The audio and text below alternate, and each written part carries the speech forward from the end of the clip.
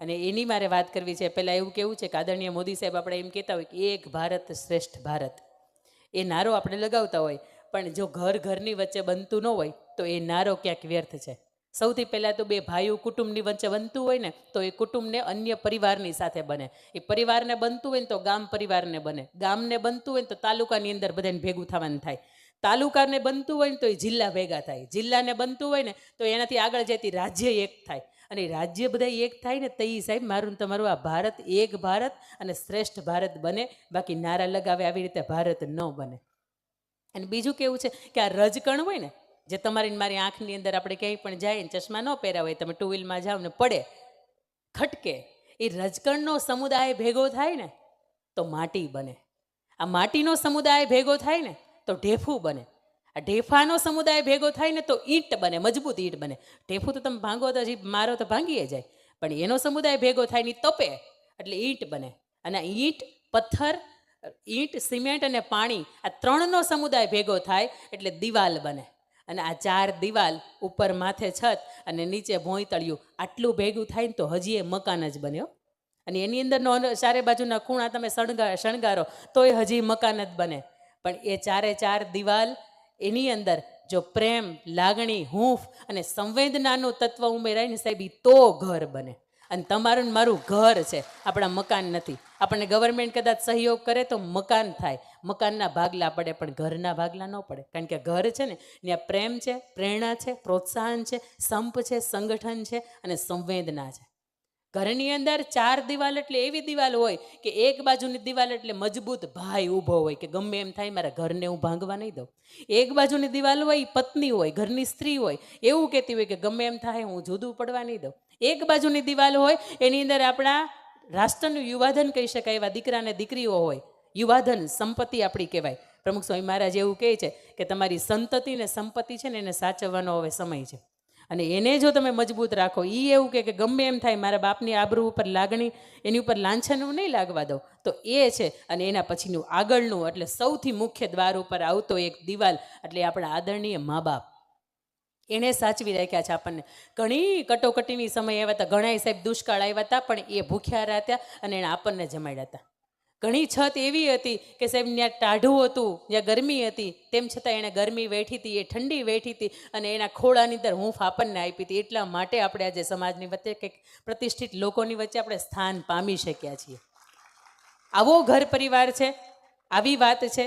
અને એ વાતને મારે જ્યારે તમારી સમક્ષ મૂકવી છે એ પહેલાં મારે તમને એ કહેવું છે, નાનકડી વાત, કે 1,60,000 જેવા બહેનો છે કે એમને મેં દેશ વિદેશના બહેનોને ઓનલાઈનના માધ્યમથી પ્રત્યક્ષ કે પરોક્ષ રીતે કોઈ પણ સંજોગમાં આત્મહત્યા નહીં કરું આવા સોગંદ લેવડાવ્યા છે. અને એમાંથી હજારો બહેનોનું કાઉન્સેલિંગ હાવ મફતમાં કર્યું છે કે બેન તું મરવી ન જોઈએ, કારણ કે બેન તું મરી જાય ને તો તારી પાસે પરિવાર છે ને 7-8 જણા, એનું ભવિષ્ય રોડાઈ જાય.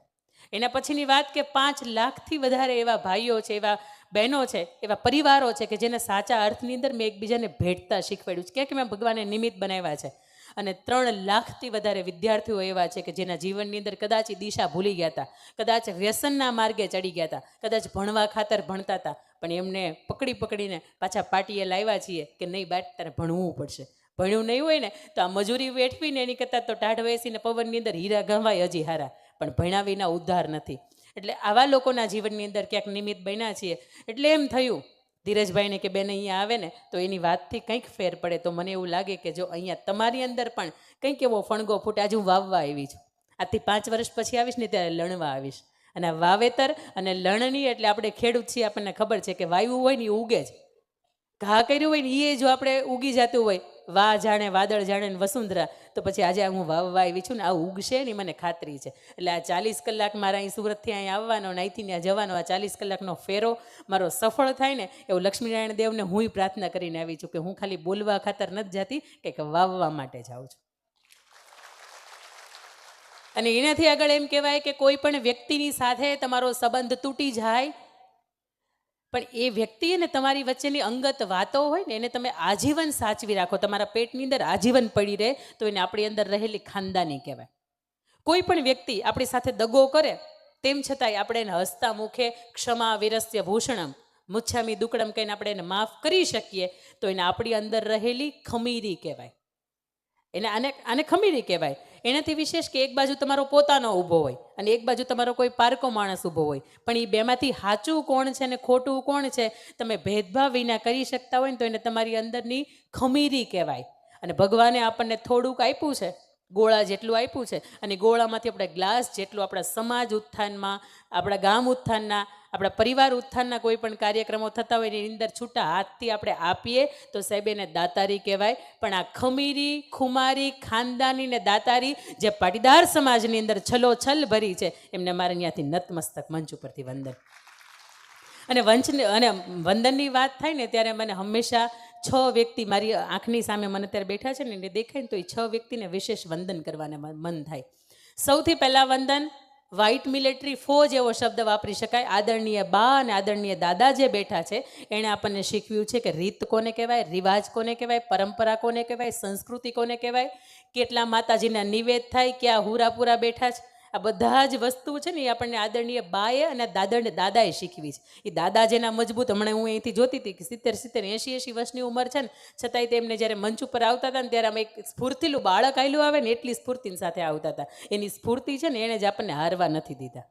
એટલે સૌથી પહેલાં વંદન આદરણીય બા અને આદરણીય દાદાને. એના પછીના બીજા વંદન અત્રે ઉપસ્થિત દરેક મા બાપને વંદન. કારણ કે એ માને એટલા માટે વંદન કે સવારમાં ગમ્મર વલોણાના છાશથી એના દિવસની શરૂઆત થાય અને સાંજે દૂધ મેળવવાનું છેલ્લું કામ પૂરું થાય ને ત્યાં સુધીમાં એનો સમગ્ર સમય એણે પરિવારને, સંતાનોને અને મા બાપની સેવા માટે ખર્ચો છે. એ પણ ડૉક્ટર હતા, એ પણ MBBS હતા, એ પણ શિક્ષક છે, વકીલ છે, છતાંય એ બધું સંભાળતા એનો સૌથી વધારાનો સમય છે એણે પરિવારને આપ્યો છે. એટલે એવી માતા શક્તિને, માતૃશક્તિને વંદન. અને બીજા કે પપ્પાને ખબર પડી ને કે મારે ઘેર હવે 5 વ્યક્તિ છે ને એમાંથી એક બાળક આવવાનું છે, એટલે 6 થયા, 5 મોટા છે એમાંથી એક વડવા છે એ માંદા પડ્યા છે, એટલે એમનો ખર્ચો લાગશે. તો સાહેબ એ ખર્ચો પૂરો કરવા માટે એણે સવારથી લઈને સાંજ સુધીમાં ટાઢું ટિફિનનું ડબલું એટલા માટે ખાધું છે કે એનો પરિવાર ગરમા ગરમ જમી શકે.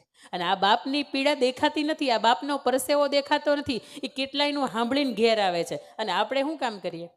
આખો દિવસનું પાછું એને સંભળાવીએ. અને છોકરાઓને તો આપણે એમ જ કહી રાખ્યું હોય કે આવવા દે તાર પપ્પાને. બિચારા પપ્પાને માથે કાંઈ બે રાક્ષસ નથી, તો આવવા દે તારા પપ્પાને. હજી બિચારા ભાઈઓ ઘરે આવે ને, અને બહેનો માટે એક જ સૌથી મોટી સેવા, ઘરનો ભાઈ, ઘરના વડીલ, ઘરના પપ્પા કે ઘરનો પતિ ઘરે આવે ને ત્યારે એક પણ જાતની એને ફરિયાદ નહીં કરવાની. અને હસતા મુખે એને એક ગ્લાસ ઠંડો તમે પાણીનો પાવ ને એ માણસનો થાક ઉતરી જાય સાહેબ. કારણ કે એ માણસ બહારની દુનિયાથી થાકે છે ને એટલે ઘરે આવે છે, પણ એ ઘરેથી થાકે ક્યાં છે?